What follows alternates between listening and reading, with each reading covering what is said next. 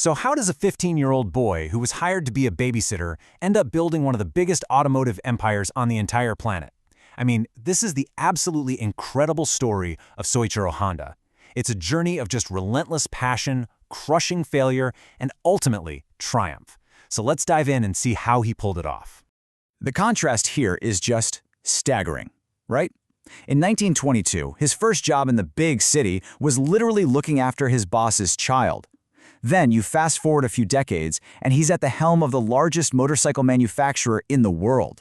So the big question is, how on earth do you get from there to here? Well, it all starts, as so many of these stories do, in a small village. And it really all comes down to a single moment. A moment that would change the course of his life forever. Soichiro Honda was born into a pretty poor family. His dad was a blacksmith who fixed bicycles, and from a really young age, Soichiro was just fascinated by machines and engines. He absolutely hated formal schooling, and get this, he hated it so much that he once forged his family stamp on his report card so his dad wouldn't see his bad grades. Clearly, he was a tinkerer, not a scholar. And this quote, this really captures that exact moment when that passion just exploded. He was only 8 years old when he saw his very first car, a Ford Model T. He had no idea how it moved on its own, but he was so captivated that he just took off chasing it down the road. You know that moment? You're pretty much sealed his fate. Okay, so that passion, it drove him to pack his bags and head for Tokyo. He had this grand dream of working with cars, but, well, it started in just about the most humbling way you can imagine. So imagine this, right? He lands a job at this top-tier auto shop, Art Shokai, probably thinking, this is it, my dream is coming true. But his first task, it's not about fixing engines. Nope, it's carrying the owner's baby on his back. For months, this was his life. He even said the only thing that kept him from going home was the shame of returning as a failure. But here's the crazy part. His rise was incredibly fast. He stuck it out, and when the shop got busy, they finally put him to work. His talent was just undeniable. In just a couple of years, he goes from babysitter to helping build a race car that actually wins the Japanese Motor Car Championship. By the time he's 21, he's so trusted that his boss asks him to run a whole new branch of the company. Now, this is so crucial to his story. His path from here, it wasn't some smooth ride to the top, not at all. In fact, his story is really defined by a series of just almost unbelievable setbacks. I mean, he literally had to walk through fire. First off, his passion for racing nearly killed him.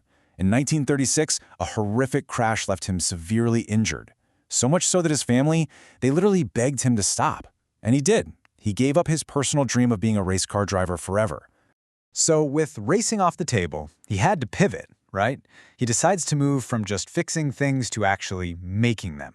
And he doesn't start small. No, he starts his own company to manufacture one of the most technically difficult engine parts there is, piston rings. I mean, this was a huge, huge gamble. And he failed spectacularly. He manages to land a contract with Toyota, which is huge. But out of his first batch of 50 samples, only 3 passed their standards. 3! Can you imagine how humiliating that must have been? But here's the thing about Honda. Instead of quitting, he enrolled in night school to learn metallurgy. He was determined to figure out why he had failed. So after years of grinding, perfecting his process, finally building a successful company, disaster strikes. Right in the middle of World War II, his factory gets hit by a bomb in an American air raid, and it's almost completely destroyed. And if that wasn't enough, I mean, you can't even make this stuff up, just a few months later, a massive earthquake hits the region and finishes the job. Whatever was left of his factory just collapsed into rubble. He'd lost everything. He sold the scraps of his business to Toyota and just walked away. But, and this is where the story gets really amazing. From the absolute ashes of his old life, a simple, brilliant idea was about to spark a global revolution. So let's picture the scene, right? It's post-war Japan. The whole country is devastated. Fuel is hard to come by. Transportation is an absolute nightmare. And Honda? He has nothing left. For most people, this would be the end of the story. But for him, this was a brand new beginning. His big moment of inspiration was just beautifully simple. He stumbles across a small surplus radio generator engine from the army. And his idea? Let's just strap this tiny engine onto a regular bicycle. I mean, in a country desperate for cheap transportation, it was the absolute perfect solution at the absolute perfect time. But he needed money to get this thing off the ground. So he does something pretty incredible. He writes this personal letter, not to banks, but to 18,000 bicycle shop owners all across Japan. He explains his vision for getting the country moving again. And guess what? It worked. 3,000 of them sent him the cash he needed to start production. Just amazing. And that humble little engine strapped to a bicycle, well, that became the foundation for a global empire. His strategy was just pure disruption.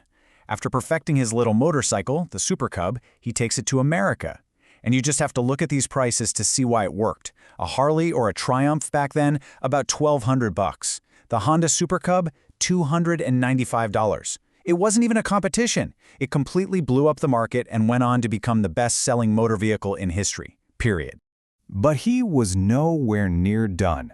He used all that motorcycle success to finally go after his original childhood dream, building cars.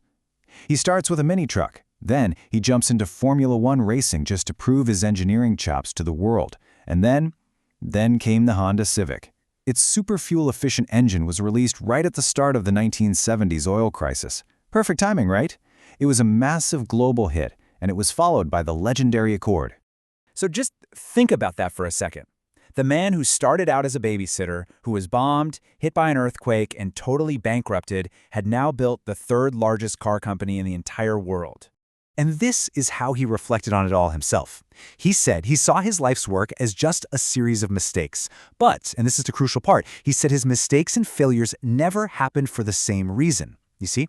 For him, failure wasn't the thing to avoid, it was literally the method for success. So, it leaves us with this really powerful question to think about in our own lives. Honda's story teaches us that success isn't about dodging failure. Not at all. It's about learning from it every single time and just relentlessly moving forward. So the question for you is, what failures will build your success?